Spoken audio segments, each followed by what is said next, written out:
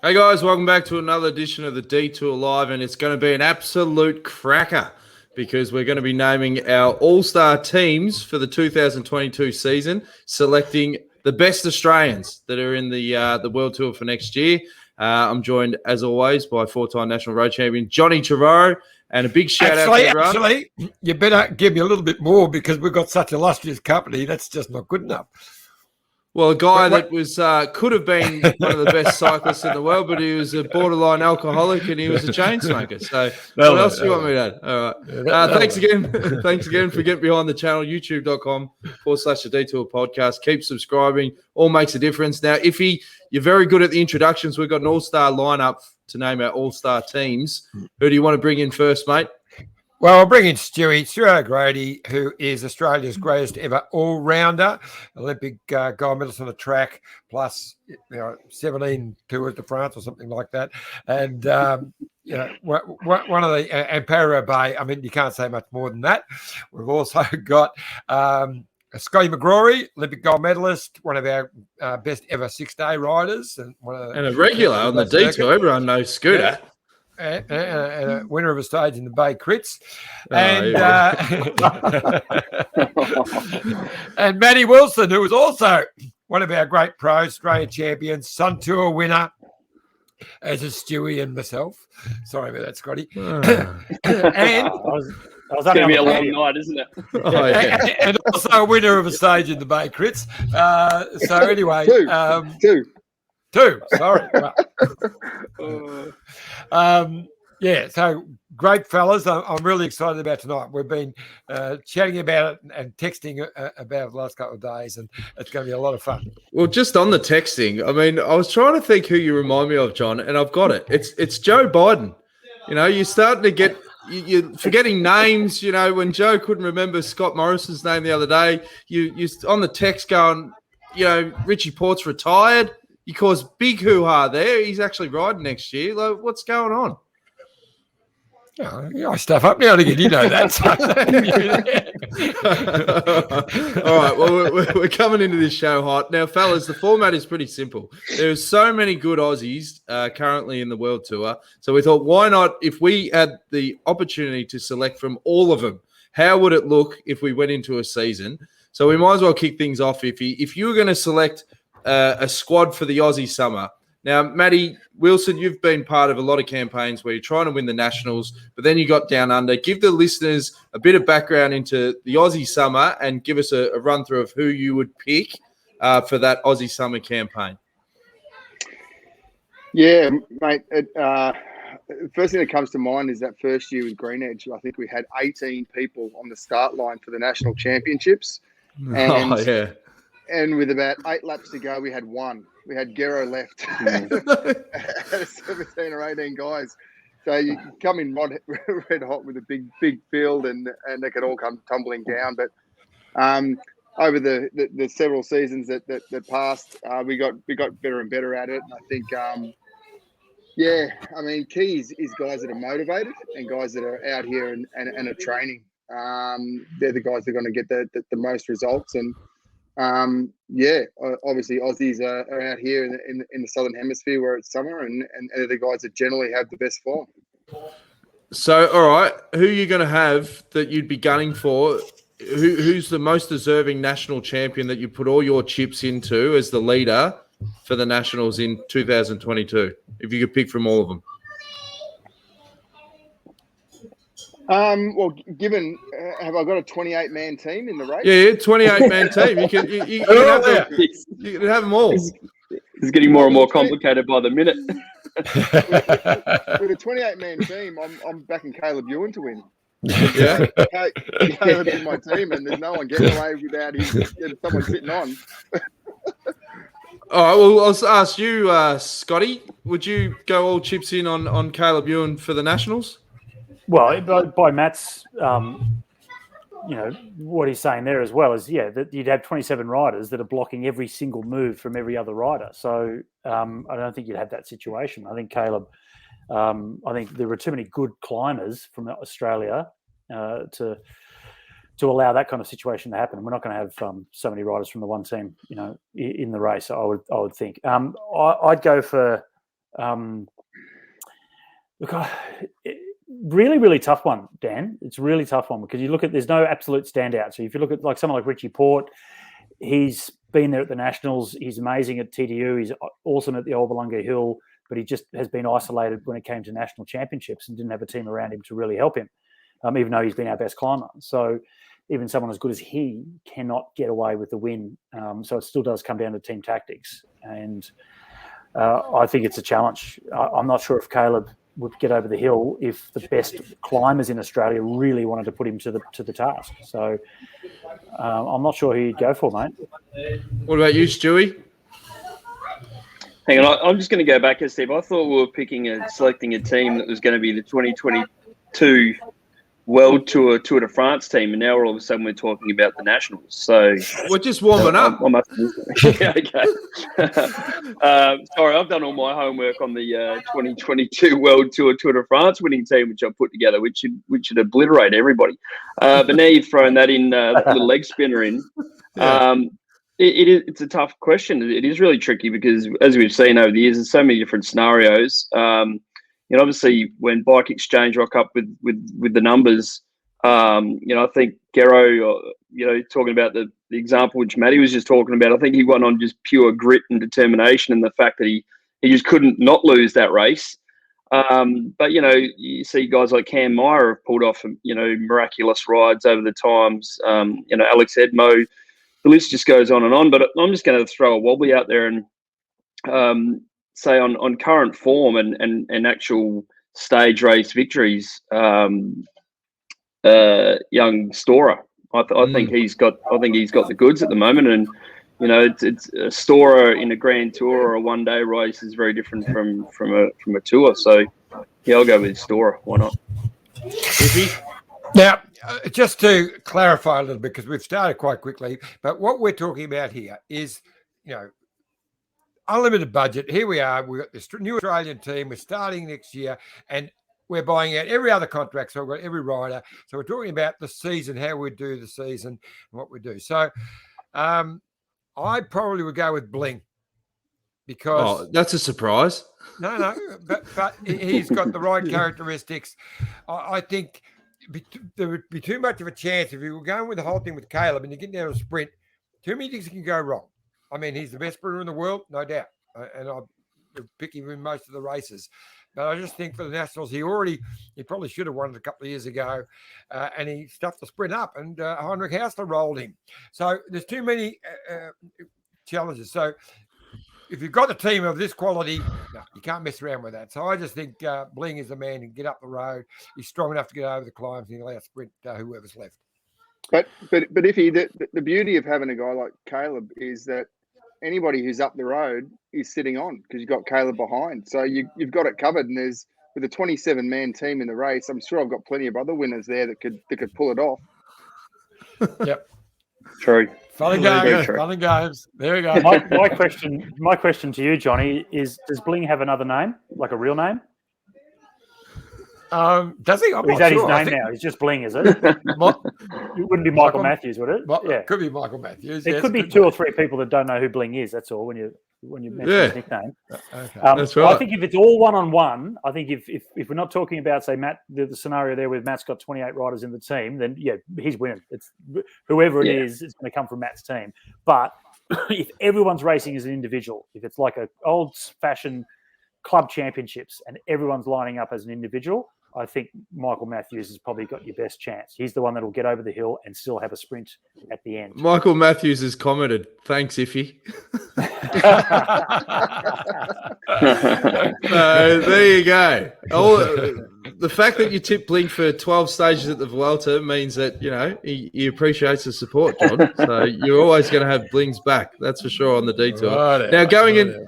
Stewie, no, obviously we'll move to Tour Down Under and then we'll get to the classics. But with your course for Tour Down Under next year, I don't even know if you've announced it yet, but on Insider Info, who would you have as your leader if you're taking across the team for the first World Tour race of the season? That's a really good question because at the moment I'm the only one that knows the course. So we won't tell anyone. Yeah. Can't we start off with somebody else then? Oh, we'll start off with you, John. Bling? Well, he'd be definitely a fantastic option, no doubt. But you can stop put words into my mouth. It is, we've got some look the talent, the young talent we've got here now. You know, it's quite amazing. A race like this is a little bit different. Luke Plapp, I'll tell you what, he impressed me at the last Tour Down Under. And it was a pretty impressive ride. I reckon I just about put him, give him a chance. Matty, over the years, were there a lot of riders that were like, I want to delay the start of my season, so I don't want to come back to Australia. I don't want to travel and do the Nationals and that. I want to set myself for a really good run at the Classics and start my season at Torino. Well, Bling's your classic example of someone who's gone on that path. I don't think he's come back to Australia for a summer in a long time. I couldn't even remember the last time he was back. So he's a guy that always sets himself for later in the season and runs through the training camps and has a European winter and he cracks on. What was your take on that sort of structure, Stewie? You're always obviously someone that, you know, did the Aussie summer and that. Did that affect how you prepare for races later on in the season?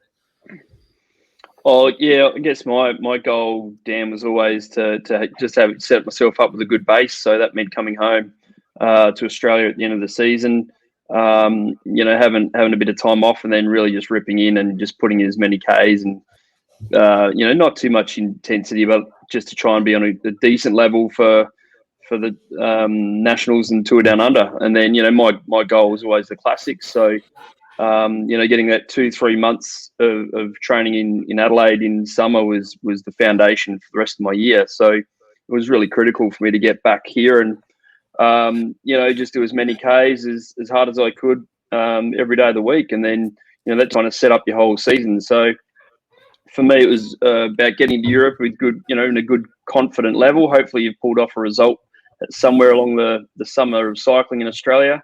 And, you know, crack on for Milan San Remo and then you know, Tour of Flanders and Roubaix. That was always the start of my season for many years, which you know, I've found a good routine for and you know, it worked out eventually. Well, I'm a little bit disappointed in the way you've started this conversation about the Australian summer. I mean, the Bay Crits are the start of the summer of cycling, mate. And yeah. Sorry, mate. Caleb has won it quite a few times, 4 or 5, I think, second to Rod McEwen. So he was my pick for the Bay Crits. Then we'll move on. That's okay. Okay. Well, we're probably going to go for an hour and a half if we don't keep flying through because everyone wants to get to Stuart O'Grady's Tour de France team because apparently it's unbeatable. So why don't we just go straight into the Classics, right? So obviously we'll talk about the big ones. You've got Milan San Remo, Flanders, Roubaix, the different beasts. I'll start with you, Matty. Who do you think is the best placed Aussie rider that can potentially take out one of these Classics next season? When you say one of these Classics, you're talking San Remo, Flanders, or Roubaix, are you? Yeah, any of those big ones. Obviously, it's not all 5, but well, let's start with Milan San Remo. Milan San Remo, there's Caleb, obviously. Caleb is the big Aussie chance to win that event. He's been so close. Geez, he's bloody following guys in the Poggio this year. Is incredible. So he's obviously the guy, and we need to build a team around him. It's simple. Grey Scooter? Yeah, Caleb for San Remo for sure. Yep. Stewie? Yeah, look, San Remo is pretty special, isn't it? It always comes down to the wife. You know, again, Michael Matthews or Caleb, I think they've shown that they can do in the past, and they're going to be right up there again. It's pretty hard to go past those two guys. Iffy, you be in agreement? Yep, 100%. All right, Scooter, what about something like Tour of Flanders? Yeah, look, it's an interesting race, isn't it? We haven't got a great amount of depth, I think, for that particular event. I think if Michael Matthews really wanted to focus on it, I think that's something that could really suit him. He's got punch. He was a good time trialer when he was younger. Obviously, he's strong, good sprinter, can get over a hill. that's kind of Flanders, isn't it? So I think if you really wanted to have a crack at it, I think he's probably Australia's best chance. Stuart, you know Flanders really well. Who would you have as your protected rider if you could pick from all the Aussies at Flanders? Yeah, look, you can't go past experience, and Michael Matthews so far is the only one that can really, stands out for me. I think a young guy like Luke Plapp, given a few years, in the World Tour level, and once you get over that 250k mark, give him a couple of years. I think he's certainly got the goods to win many races, including races like Flanders. It's such a tricky race. We've got so many talented guys that can pull off a brilliant result in one day. But Flanders is probably the most tricky out of all of them. You really need that power on the punch on the climbs, that almost time trial ability on the flat, and then be able to finish it off. So it's a little bit more unique than a Milan-San Remo or even a Paris-Roubaix. It's always been a bit of a tricky one for the Australians. We've kind of been, unless you really know the roads, as well as the Europeans, the Belgians, it's always been really tricky to, even if you've done it 10 or 15 times, those guys, you have to know exactly when to hit the front and what cobbled section's the hardest and where's the wind coming from when you crest this climb. All those little things add up, and that's what makes Flanders and I guess Roubaix, really tricky. Matty, Flanders is obviously a special race for us because that was when you revved me up about how the backstage passes were getting stale and, it's the same old format. And then that forced me to mix up the format for the 2014 edition. It's obviously a special race for yourself as a rider, as a sports director. Who would you have as the protected rider? Yeah, it's one of the best races on the calendar. That's for sure. Very, very special race. But like the guy said, it's really tough if you don't have that specialist guy that knows the roads really well, and you can get lucky in a Paris-Roubaix. Hey, Stewie, that happens occasionally. Tour of Flanders. You just go straight, don't you? Tour of Flanders. You don't get lucky winning a Tour of Flanders. But look, I'd pick a young guy coming up that was just incredible at the Tour de France. Harry Sweeney. He won the under 23 Tour of Flanders last year or the year before, maybe. Great young rider. He may not win it next year, but I think, keep plugging away, bit of experience, give him some experience, and, it could be just around the corner. Didn't Edmo win one of those as well? He did. Yep. Yeah. There you go. So good memory, Jonesy. Yeah. I don't contribute much, but every now and then I'll give you a zinger. What do you reckon, John? Look, that's an interesting one, Matty, because Harry Sweeney, I think a couple of years down the track, he would be, and there's a few riders in there who are going to be great a couple of years down the track. But if we're talking next year's, I think it is Bling, Michael Matthews, sorry, Scooter. I think he's he's the only rider. It's funny, I'm looking at this group of 30 bike riders, and we have got some absolute stars. And some of them are going to be great at Tour de France, go up stages. But when you go right down them, there's not many who could win Tour of Flanders right now. Because as you all said, it's special. Well, Bling's listening to the podcast, obviously. He doesn't like the Pavé very much. Maybe you can throw it out there. Yeah, I might have to send him a link. It's bugger watching it from the other side. You can jump in and throw your hat in the ring. Exactly. But he's got we know he's got the ability to do it. But as you say, the cobbles come into it almost as much as Paris-Roubaix, because we'll get to that in a minute. I think it's not quite as severe as far as the cobbles, but it's got those hills and all of those things that really suit his characteristics. Yep. All right, let's get on to the big one, Paris-Roubaix, and who better to open the batting than Stewie? Is there anyone in that list that you think is a Paris-Roubaix contender for 2022? Absolutely, yeah. I think there's quite a few, but I think the standout for me, which I've said for a long time, I think Durbo's certainly got the goods to win a Roubaix. I mean, as Big Matty Heyman showed, there's certain stars line up every now and then, and that breakaway goes, or things happen in the race, and the big strong blokes who have been there for day in and day out, sacrificing for teammates, and just those brilliant teammates their day shines. And I think a Durbo, I think he's got everything, all the right ingredients to win a Roubaix. So I'd have to go for Durbo. Yep. What do you reckon, Scooter? Yeah, it's Durbo's the standout. He's the one that has the most passion, I think, for this race as well, and desire for it. Well, they all have passion and desire for it, but Durbo, I think they've all got that. Yeah, they've all got that, but Durbo does stand out as the one that has been very vocal about wanting to do this race to the best of his ability. Maybe in the future, someone like one of the trackies, like Kell O'Brien, or maybe even a Sam Welsford, see how he develops. But both those guys can put out, like, I think Kell puts out something like average 600 watts for 4 minutes of the team pursuit. That's a sort of sustainable amount of watts and power you need to put out across a section of cobbles if he can last the distance and get past 200 Ks. So we'll look out for him in the future. Matty? Yeah, Turbo, 100% Turbo. One of his biggest fans. Is just an awesome bike rider all round, and he's just developed a massive passion for the classics, and he's proved himself consistent. Not quite cracking into that top 5 area, but he's just always around the mark, and a bit of luck, and yeah, it could happen.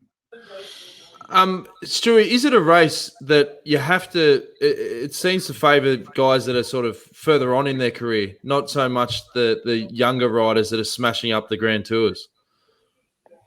Well, I guess not. What happens there, Dan, is that, besides a Tom Boonen or someone that rocks up and finishes 4th or whatever he did in his first race, normally there is still a little bit of a hierarchy in the big one-day races. It's not the kind of race where you rock up and everyone gets a chance to have a go.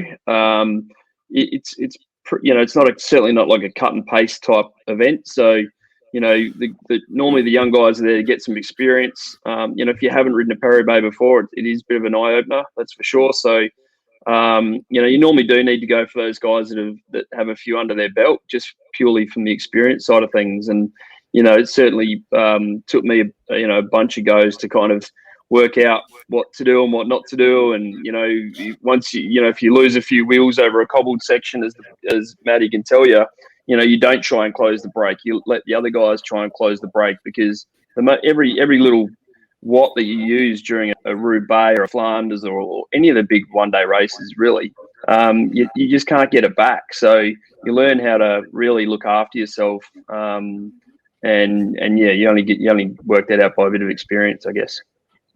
And Iffy Durbo for the Paris-Roubaix?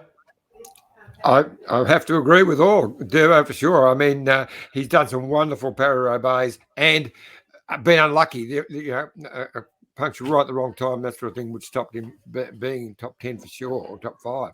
But no, Durbo. All right. Well, what we're going to do, boys, have a quick drinks break, and then when we come back, it's going to be huge. We're going to go through the Grand Tours and name the all-star teams. Stay tuned.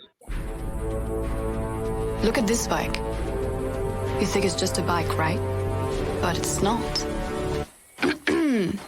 It's a bike 374 people are looking at.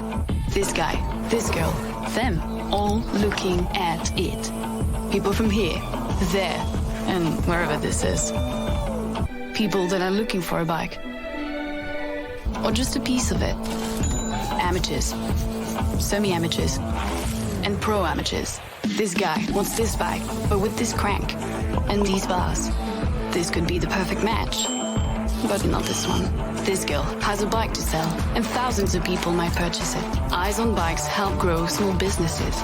His, hers, yours, and the latest data and insights help those businesses keep moving.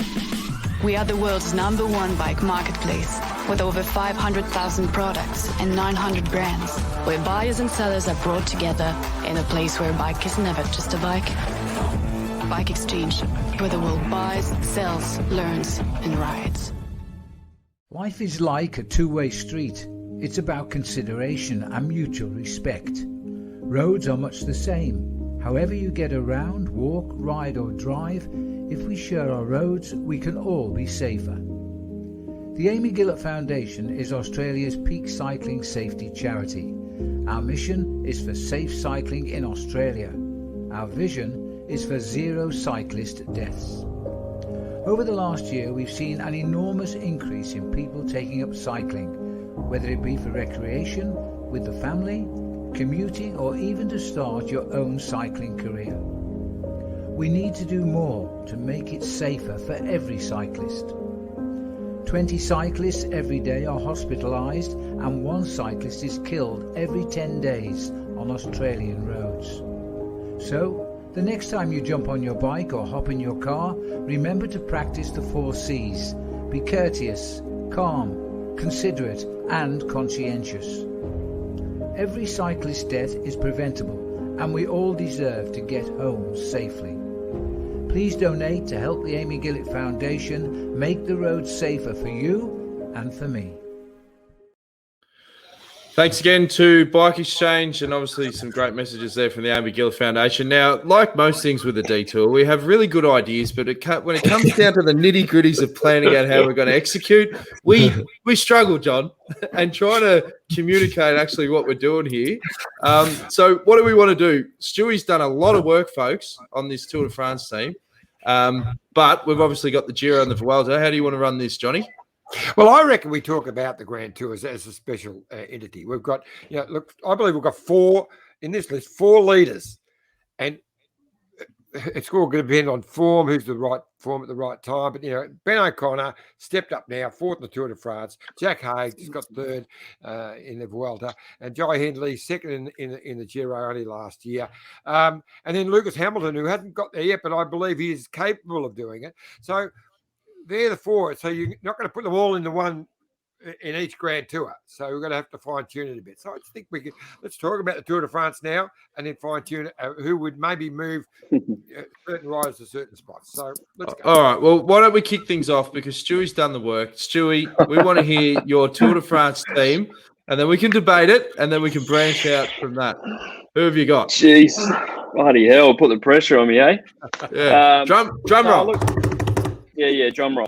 No, look, I have put a bit of thought to it. And look, there's some incredible names there. And the tricky part of this question and this actual podcast now is that there's a lot of blokes on that list who, we're talking about a current, next year's race. There's a lot of guys on that list who have done incredible results. Simon Clark, Heinrich Hausler, guys that have been around a long time and played a role which has been critical in team success. But what you guys are asking now is that we really wipe all that slate clean and just concentrate on who we think can actually deliver something for next year, which makes it really tricky because, I don't know a lot of the guys like I know the older blokes, and there's so much young talent coming through. It's honestly off the charts. So it's going to be great viewing for Australian cycling into the future. But to get to the point, I've picked a bunch of guys here, and look, it's actually pretty tricky. But I'm going to kick it off. My number 1 for the 2022 Tour de France would be my road captain, Luke Durbridge. I think, we've got some incredible talent, which we'll chat about soon, but you need someone who's been there before, done the hard kilometres, got a few grandies under his belt, and knows what he's talking about. So Luke's a cool, calm, collected captain. Number 2, I'm going to go, we need a couple of guys here which are just the absolute diesels. We need Alex Edmondson, who's going to be the super domestique. Alex has done some plenty of grand tours, so we need that experience element. Number 3, Rowan Dennis. Rowan, world time champion, say no more, bronze medal in the recent Tokyo Olympics individual time trial. Rowan's in some red hot cracking form, and again, we just need a few big engines on the front leading these boys, and there's no 3 bigger than those guys at the moment. Now things get a little bit interesting. There's no way in the world I could leave out Caleb Ewan, so Caleb's there for the sprints. He doesn't need a big lead out train, so I'll let him go about his thing and snap up 3 or 4 stage wins along the way. And then we get in the crunchy part, and I think with these 3 blokes climbing as good as they are, I think it'd be just an incredible experience just to watch these guys all race together and hammer it out through the mountains, because they're all showing incredible climbing ability, which we haven't seen since Cadell Evans and obviously Richie Porte getting 3rd a couple of years ago. But all 3 young guys coming through. So Ben O'Connor, Jay Hindley, and Jack Haig. I think that rounds out a pretty a pretty hard to beat team, and you put all those guys. It's hard leaving out Bling. It's hard leaving out a few other blokes, but if you're asking me to win a Tour de France and still snap up a few stages along the way, then that's my team. Sensational, mate.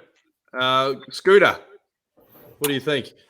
Was that 7 or 8? That was 7. That was 8 I've got.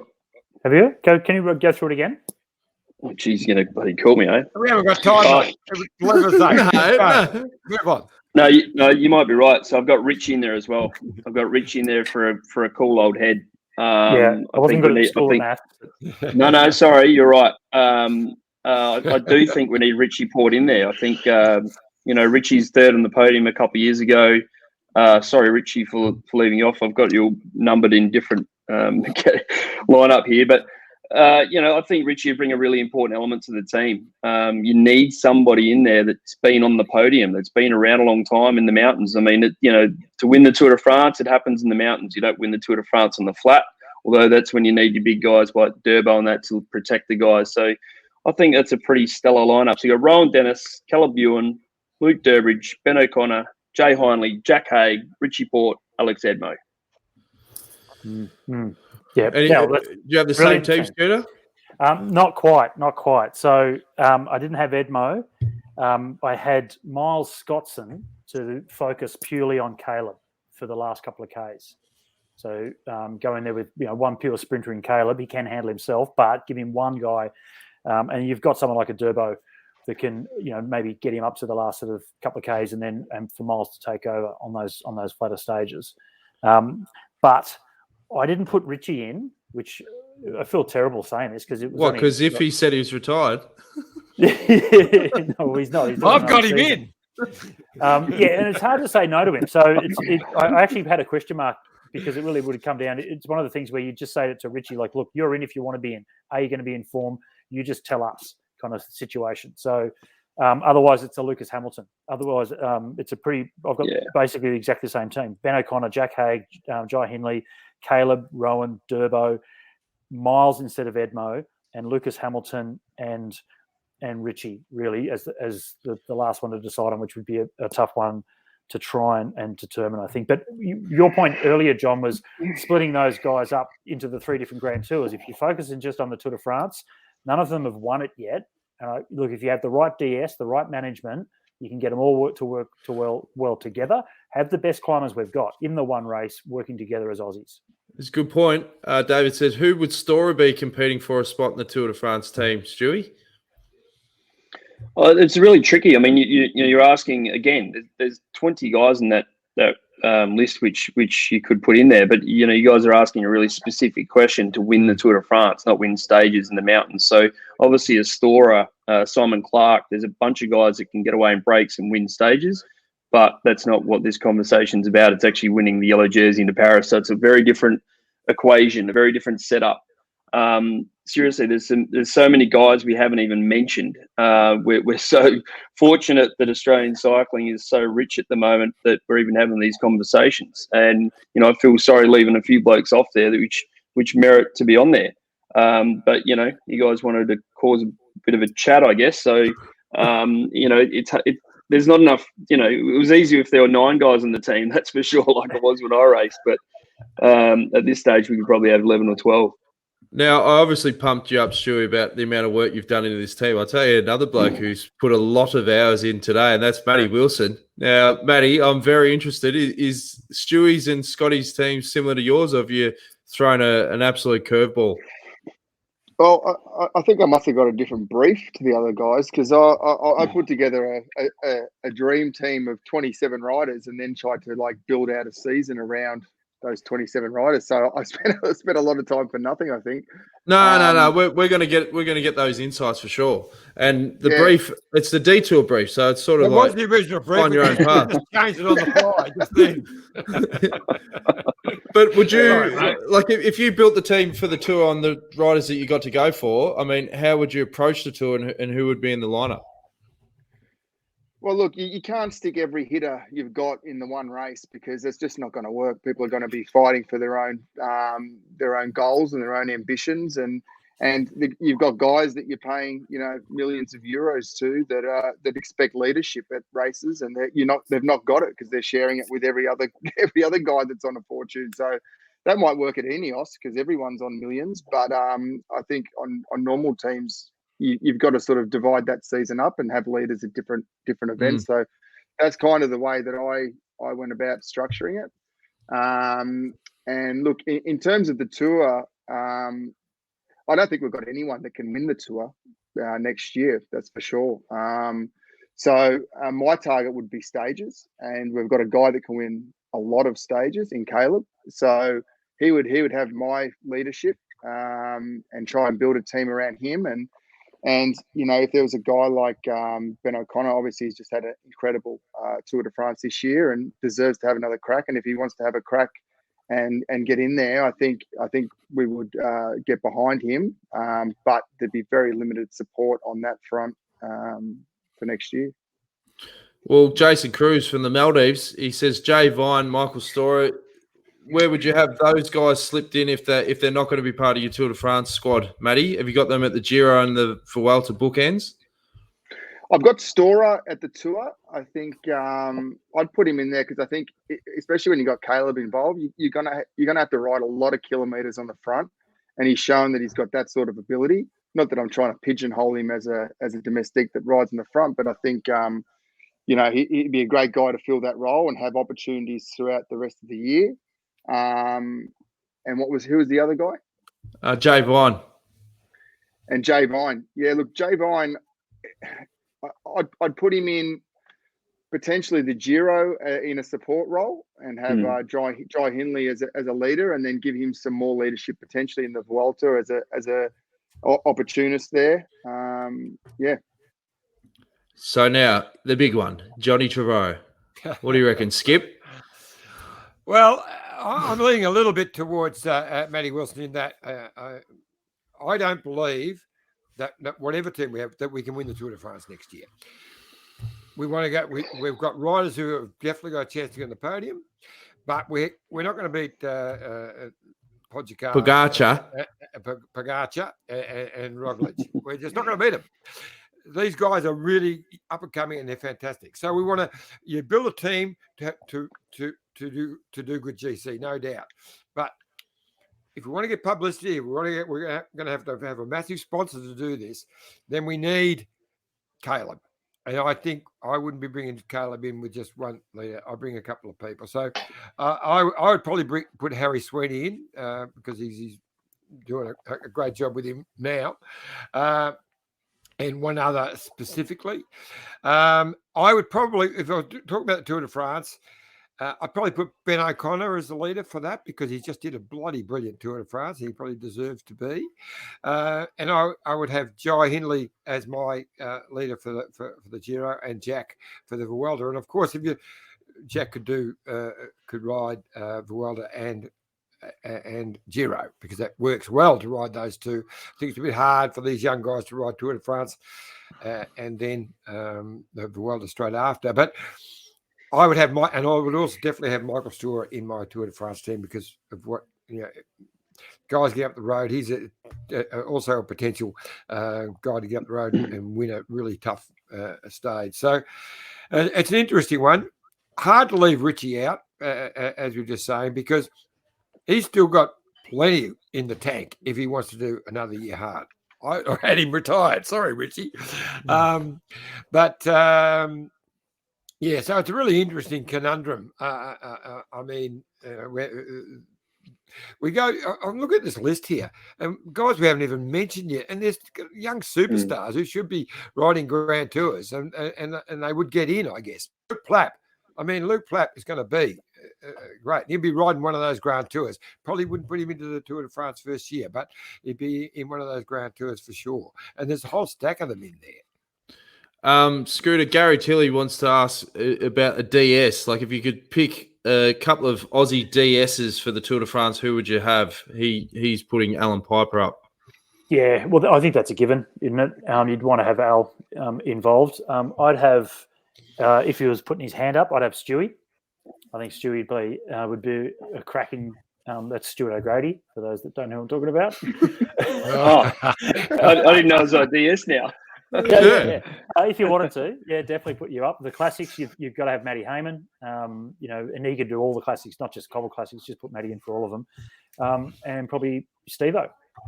I think what about Matty Wilson? He won a Roubaix at DS. He's not bad.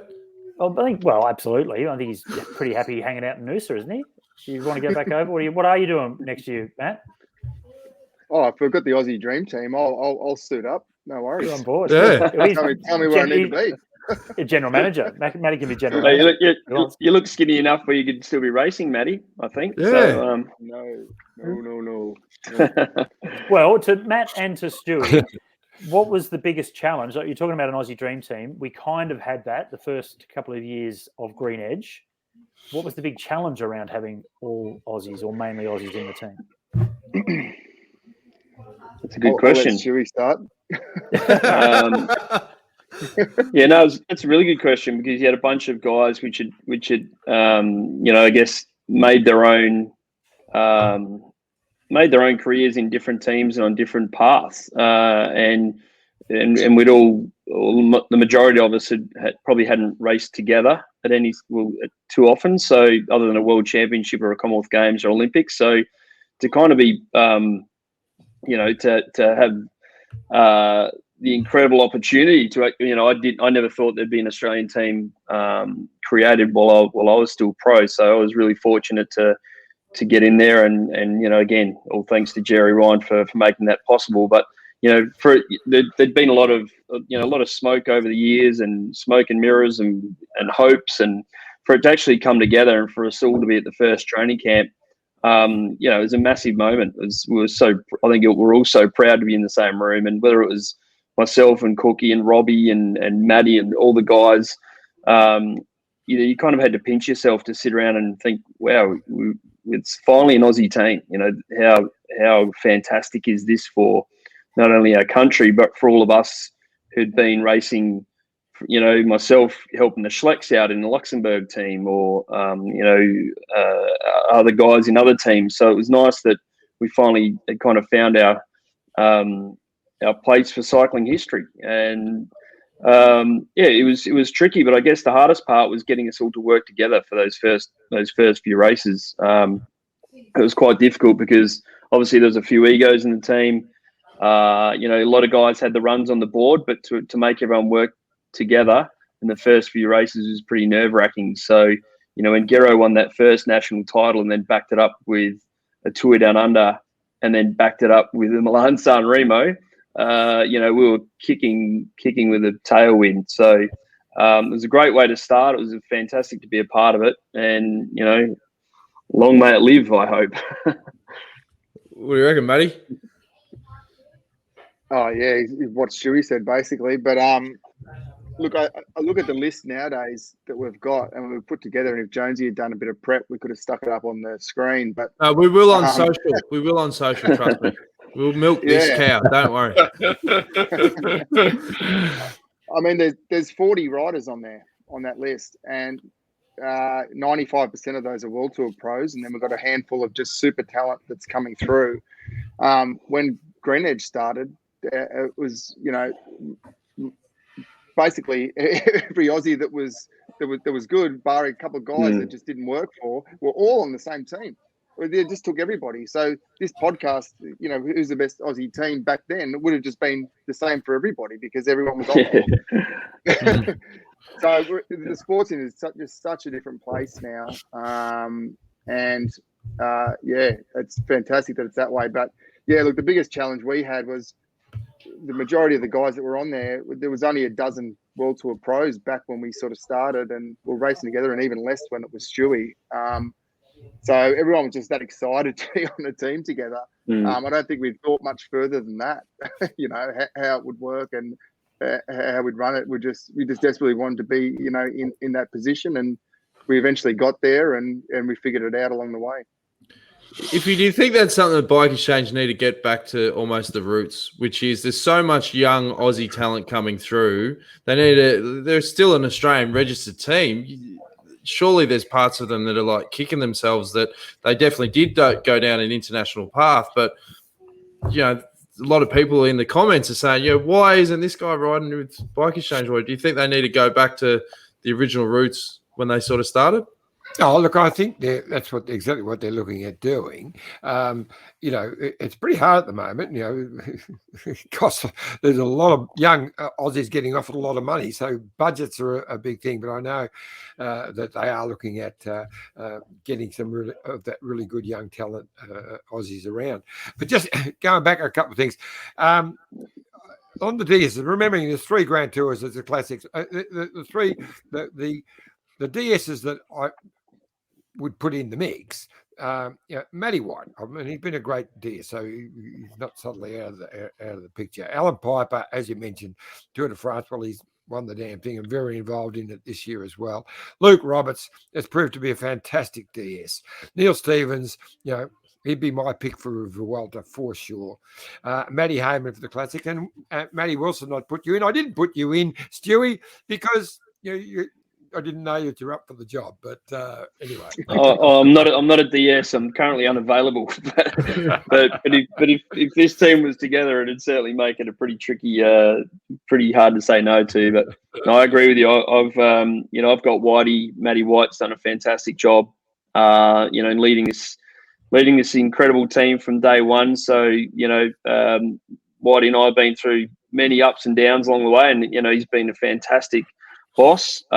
He really knows how to, I guess, just keep it level between the riders and his job, and he's proved year on year out his value to the team. But certainly, I'd throw in Alan Piper. Alan's experience and his calmness, the way he goes about things and deals with his own team, delivering or helping, being a major piece of the puzzle to get Pogacar the victory in his first Tour de France. But again, Luke Roberts I'd have in there as well. Luke's attitude from the day that I've known him, he's just been such a cool customer. He's been world champion. He's been a part of, we're teammates for many years, and certainly was a big part of the rock that I've lucky enough to have sitting on my mantelpiece. So I think Luke's really taken that experience over his incredible personal career. And being able to manage that into just keeping it really balanced between the athlete, management, the pressures from above. You've got sponsors going, bang, why aren't we winning? We need to win. It's being able to balance that kind of stress level that you feed down to the team, to the mechanics, to the masseurs. And Luke is one of the coolest customers I've ever worked with. So I think we're just so lucky to have so many talented director sportifs, Steve-O and his knowledge and through his career as well. I think, if this dream team could ever come to fruition with a bunch of Australians, it would be paradise, wouldn't it? Scoot up. Yeah. And we've got a few guys that sort of haven't got the big names behind them as well in terms of DSs. Now, Alan Davis has been doing a little bit of DS work with some of the women's teams, and now I think a little bit with Israel perhaps. And also then you've got Gene Bates, Dave McPartlin, and now an emerging DS with the Israel team is Zach Dempster. So some other Aussies that might not have the big, well, apart from Alan Davis, might not have the big credentials in terms of racing pedigree and wins, but may still be able to be great leaders of young men. Now, Iffy, to wrap the show, I wanted to do like the Brownlow medals on Monday, and everyone loves the Brownlow. I wanted to do like a 3-2-1 vote system for, obviously we've got the Oppie Award for the year, but if you were to vote on the Aussie this year, who would you give your votes to, Johnny? Start with the 1 vote, 2 votes, 3 votes, and drop your microphone. You guys really do make this up as we go, don't you? Yeah. Oh, yeah. I'll just look through my notes for. That's an interesting one. It's a ripper. I mean, if you're looking, the Tour de France is the biggest race of the year. I would probably give the 3 votes to Ben O'Connor. Fourth in the Tour de France. It's just slightly better than third in the Vuelta. So I give it to, but I'll tell you what, this is a hard question. Jack It Haig, and then All right. there's a stack of them for that. Bora? 1 point. I mean, there's Storer, but there's been just so many that have put up an amazing year. Come on, just throw one out there. Just put your jets on the line. If you shut your bloody gob for a second, I'll get to it. All right. I probably would go for Michael Storer. He was amazing. Yeah. All right, Scooter. Ben O'Connor 3 points, Jack Haig 2 points for the Vuelta, Storer for 1 point, but honourable mentions to Rowan Dennis for a medal in the TT at the Olympics, and Grace Brown, 4th place in the women's time trial, and only just missing out on a medal. So it was a great ride as well. We're going to see a lot more from Grace Brown. She's just getting better and better every year. Well, we're doing a women's one next week, mate. So we didn't bring the women. I didn't get that brief. No, well, you're not Okay, well, I don't think we got the brief for this. We've got the girls coming. We are doing the women next week, but we decided to bring some experts in who happen to be women. Scott, you know how we communicate, mate. You'll find out as you go. Yeah. We don't. Yeah, you don't. That's the thing. Yeah. That's it. Oh, well, hey, Grace still gets an honourable mention from me this week as well. Okay. Matty, do you have any curveballs on that, or you agree? Yep. No, I don't. I disagree. Nice.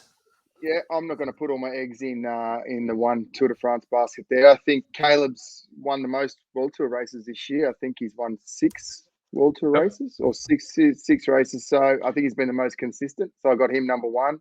Ben O'Connor, of course, because the Tour de France result, incredible. And Jack Haig for the Vuelta in 3rd. Okay. So the leaderboard, Ben O'Connor on 8 votes, Jack on 5, Caleb on 3, Storer on 2. Stewie, you're going to have the deciding vote for the inaugural Detour medal. Fantastic.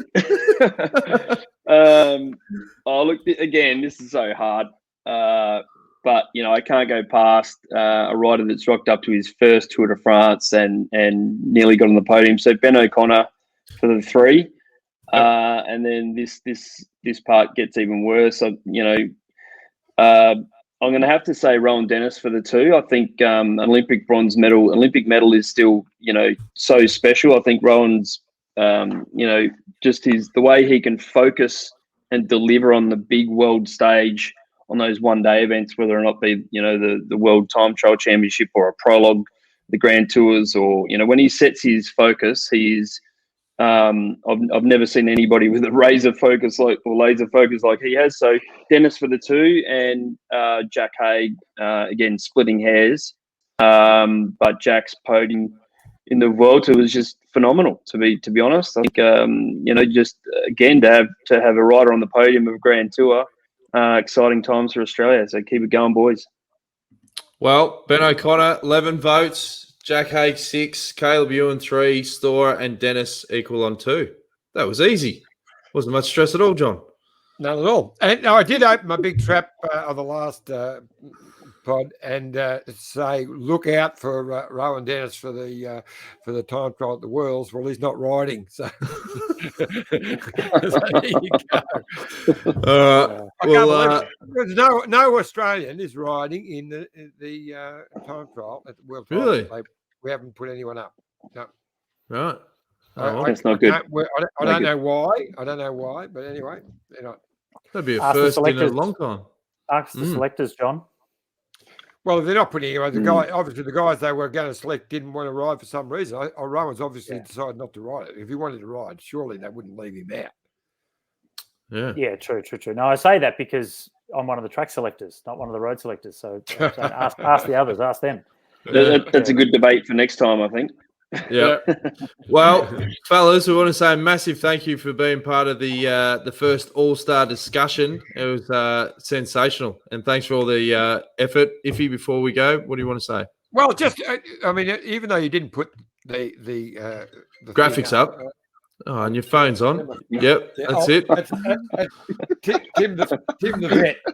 Always ring me in the middle of a podcast, old Timmy. Okay. And I've got a point as well after this. Go. Yeah. I was just going to run through. I mean, we've got all these amazing youngsters coming up, Put on silent. Mute if I thought I did. It's like the last funeral I went to. Okay. What do you want to say, John? I just want to give a shout out to these youngsters coming up. You know, like in the world that's just gone. You know, Seb Berwick, Dylan Sunderland. You know, they were bloody young kids and they went really well. And we've got all these. Evidently, Sam Welsford's now going to have a bit of a bash. He's going to DSM in their Conti team. We've got other young kids like Cam Scott, Pat Eddy. I was going to say Cameron Worth, but I think he's not at the other end. Jared Drisners. These are just super young talent. And we've got Taz Jones, you know, guys like that. So it's pretty amazing that we didn't even get a chance to talk about this amazing young talent that's coming through. And I know that, Maddie, you're very involved with it with your ARA team and development kids you're bringing through. I was talking to Timmy Decker just the other day, and some of his guys who are now trying to get into the World Tour, who have been track specialists. It's just amazing that we've got. We only, as you mentioned, Matty, 40 guys were up there, and we only spoke about 12 of them. So it's going to be exciting stuff. So I look forward to seeing when you put that list up, Dan. Oh yeah, I'll get on it. Don't worry, I'll do it tomorrow, John. Can I just point out that the Tour de France team that we picked, while there was so much discussion about Michael Matthews early on, none of us actually put Michael in our tour team, even though he won the green jersey and not that long ago, which I think that's quite interesting, isn't it? And obviously no disrespect to Michael in any way, but none of us guys had chosen him for next year's tour team. Well, more surprising is John didn't have him in the tour team. Well, I didn't actually leave him out either. I only read 7 names out, so there's 2 still to go. No, there's 8 in the tour now. Yeah, I've only read 6 or 7. All right, whatever. But you're dead right, Scooter. It's interesting. If you've got Caleb Ewan in, then you don't have bling in. I think that's how it goes. I reckon Caleb would have won 4 or 5 stages and the green jersey this year. That's my thought. He was in amazing form, but they don't call me Iffy for nothing. So there you go. Yep. All right, fellas. Hey, we really appreciate you being on the show. That was a lot of fun. We've had some comments. People like Samantha says, super fun, lads. Cheers. Go bling for the Worlds. That's obviously next weekend, so we'll do a bit of a preview for that as well, Iffy. But before we let you go, keep supporting the show, youtube.com/Detour podcast. Thanks, Matty, Scooter, Stewie. Thanks, Iffy. And we'll be back again next week. Stay tuned for another episode of The Detour. Cheers.